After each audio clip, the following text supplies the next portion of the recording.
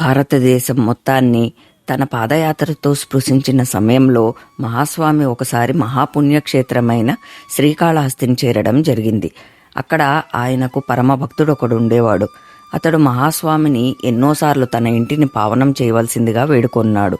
ఎప్పుడో ఒకసారి ఖచ్చితంగా వస్తానని మహాస్వామి వాగ్దానం చేశారు. మాట ఇచ్చింది సాక్షాత్తు మహాస్వామి. అంతటి మహానుభావుడు మాట తప్పుతాడా?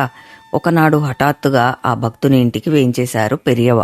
అప్పుడే ఆ భక్తుడు పూజ ముగించుకొని స్వామికి నివేదన చేసిన కలకండ పలుకులను ప్రసాదంగా నోట్లో వేసుకున్నాడు. అంతలో వాకిట్లో మహాస్వామి కనిపించేసరికి నోట్లో వేసుకున్న కలకండ పలుకులను పెరియవ ఎదుట నమల్లేక అలాగని ఉమ్మి వేయలేక సతమతమయ్యాడు. పెరియవ ఆ భక్తుడి ఇబ్బందిని గమనించి అతడు ఏం చేస్తాడా అని చూడసాగారు. ఇంతలో ఆ భక్తుడు ఏదో ఒకటి చెయ్యకపోతే తట్టుకోలేని స్థితిలో నోట్లో నుండి కలకండను పక్కకు తిరిగి ఉమ్మివేశాడు. అంతలోనే అది మహాస్వామి మీద ఏమైనా పడిందేమోనని కుమిలిపోసాగాడు. అది గమనించిన పెరియవ, ఎందుకు అంతగా బాధపడతావు? ఇది శ్రీకాళహస్తి ముక్తి క్షేత్రం. ఇక్కడ భక్త కన్నప్ప శివునికి ఎలా పూజ చేశాడో తెలుసా?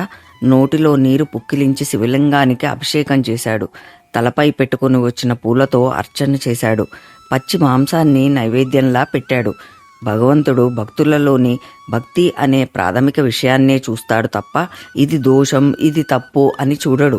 ఇలాంటి పుణ్యక్షేత్రంలో నువ్వేదో తప్పు చేశావని, నీ నోటిలోని కలకండ పలుకులు నా పైన పడి ఉంటాయని ఎంతో దిగులు పడుతున్నావు. అలా పడినా నీకు ఉచ్ఛిష్ట దోషం తగలదు, దిగులు చెందకు అని అనునయంగా ఆ భక్తుని ఊరడించారు.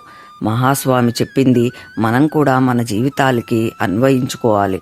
భగవంతుడిని భయంతో కాదు, కనీసం ఒక్కసారైనా భక్తితో పూజిద్దాం. ఎంత మనస్ఫూర్తిగా నిష్కల్మషంగా ప్రేమతో ఆయనని పూజిస్తామో అంతగా భగవంతుడు మనల్ని అక్కున చేర్చుకుంటాడు.